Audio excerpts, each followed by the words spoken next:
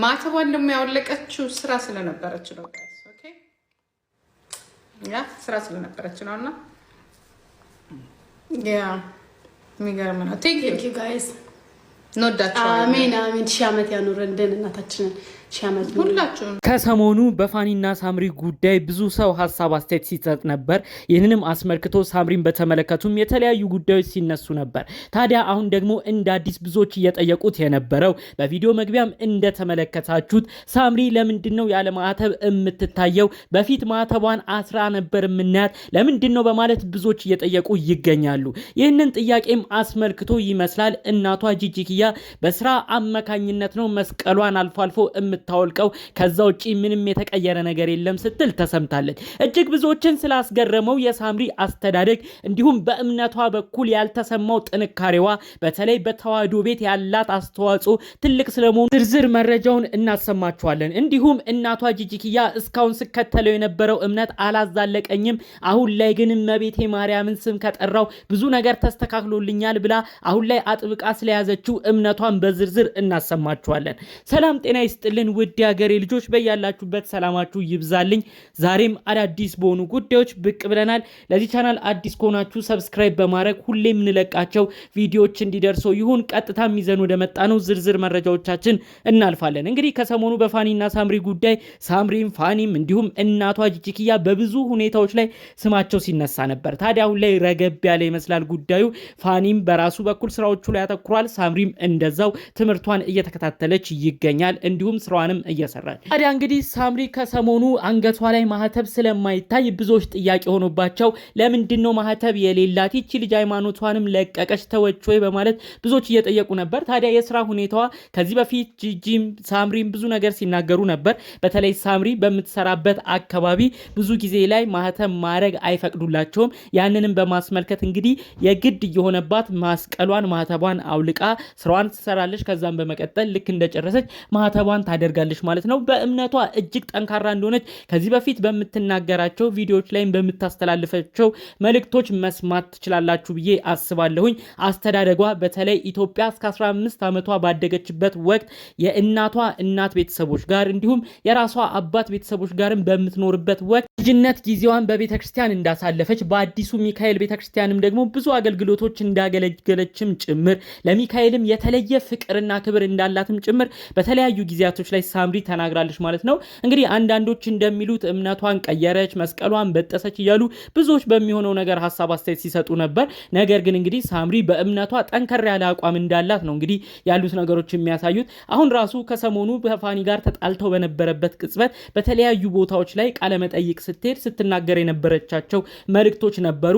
እኔ እንደዚህ ካረኩኝ፣ እኔ ፋኒን እንዲህ ካልኩኝ፣ እኔ እንዲህ ከሆንኩኝ በሚካኤል ፊት እምላለሁ፣ የሚካኤልን ስም እየጠራው እምላለሁ ሁሉ እያለች በቃ ካፏ የሚካኤል ስም አይለያትም ነበር ማለት ነው። እንግዲህ እነዚህ የሚያሳዩት ነገር በእምነቷ በተለይ ደግሞ ባደገችበት ደብር በአዲሱ ሚካኤል የተለየ ፍቅር እንዳላትም ጭምር በእምነቷም ጠንካራ የምትባል ልጅ እንደሆነችም ጭምር ነው መረጃዎቹ የሚያሳዩት ማለት ነው።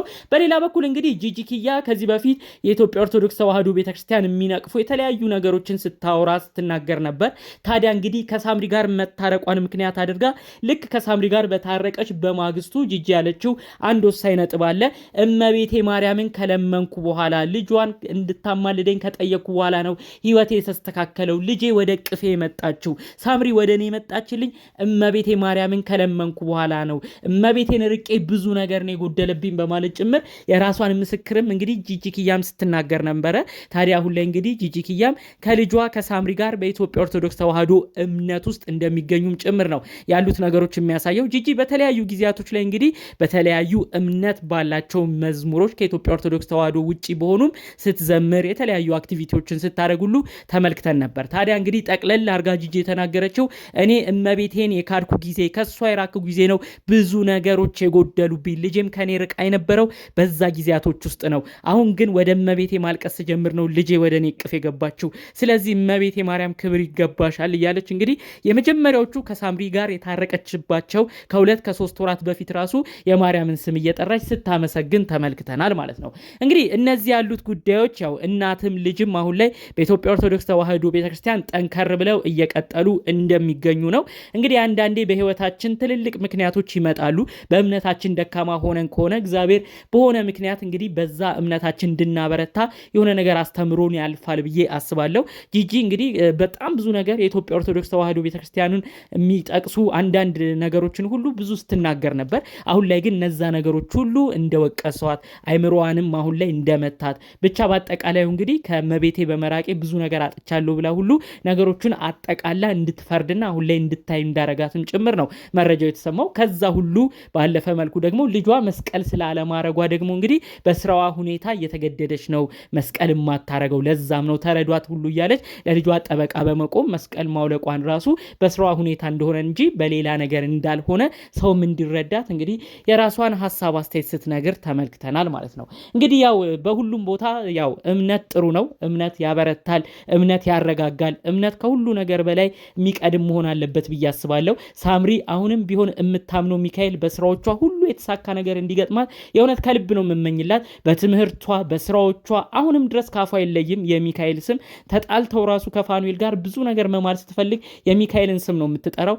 ፋኑኤልም በራሱ ደግሞ በእምነቱ ጠንካራ ልጅ እንደሆነ ከሰሞኑ ራሱ እንግዲህ የገና ጾም ሊገባ ሲል በሰው ሀገር ብዙ ችግሮች በሚያሳልፍበት ቦታ ራሱ እንግዲህ እምነቱን ባረሳ መልኩ ጾሙን ራሱ እንደምንም ለመጾም የጾም መያዣን ፕሮግራም ሁሉ በቤቱ አዘጋጅቶ ጾሙንም ለመጾም እንዳቀደ እንዳሰበ ሁሉ መልእክቱን ሲያሰማን ነበር ማለት ነው። እንግዲህ ፋኒም ሳምሪም የእውነት በእምነታቸው ጠንካራ የሚባሉ ልጆች ናቸው። ገና በ10 ቤት እድሜያቸው ነው ወደ ሰው ሀገር የሄዱት። ነገር ግን በሰው ሀገር ሄደው እምነታቸውን ያረሱ እግዚአብሔር የነበራቸው በሰው ሀገር ልጆቻቸውን ሁሉ በእምነታቸው እንዲጠነክሩ ፊሎና አዳምን በተለያዩ ጊዜያቶች ላይ እንግዲህ ቤተክርስቲያን ሁሉ እየወሰዱ በጥሩ መንፈሳዊ ሁኔታ ታንጸው እንዲያድጉ ብዙ ነገር ሲጥሩ የምንመለከታቸው ልጆች ናቸው ማለት ነው። እንግዲህ አሁንም ቢሆን እውነት እኔ ለእነዚህ ልጆች የምመኝላቸው ሁልጊዜ እንደምለው ፈጣሪ አምላክ የልባቸውን ነገር አይቶ የነበራቸውን የእምነት ጥንካሬም አይቶ ፈጣሪ አምላክ ለእነሱ ካለው ለልጆቻቸው ሲል የሚስማሙበት በጋራ የሚሆኑበትን ነገር ፈጣሪ እንዲሰጣቸው፣ ካልሆነም ደግሞ ተከባብሮ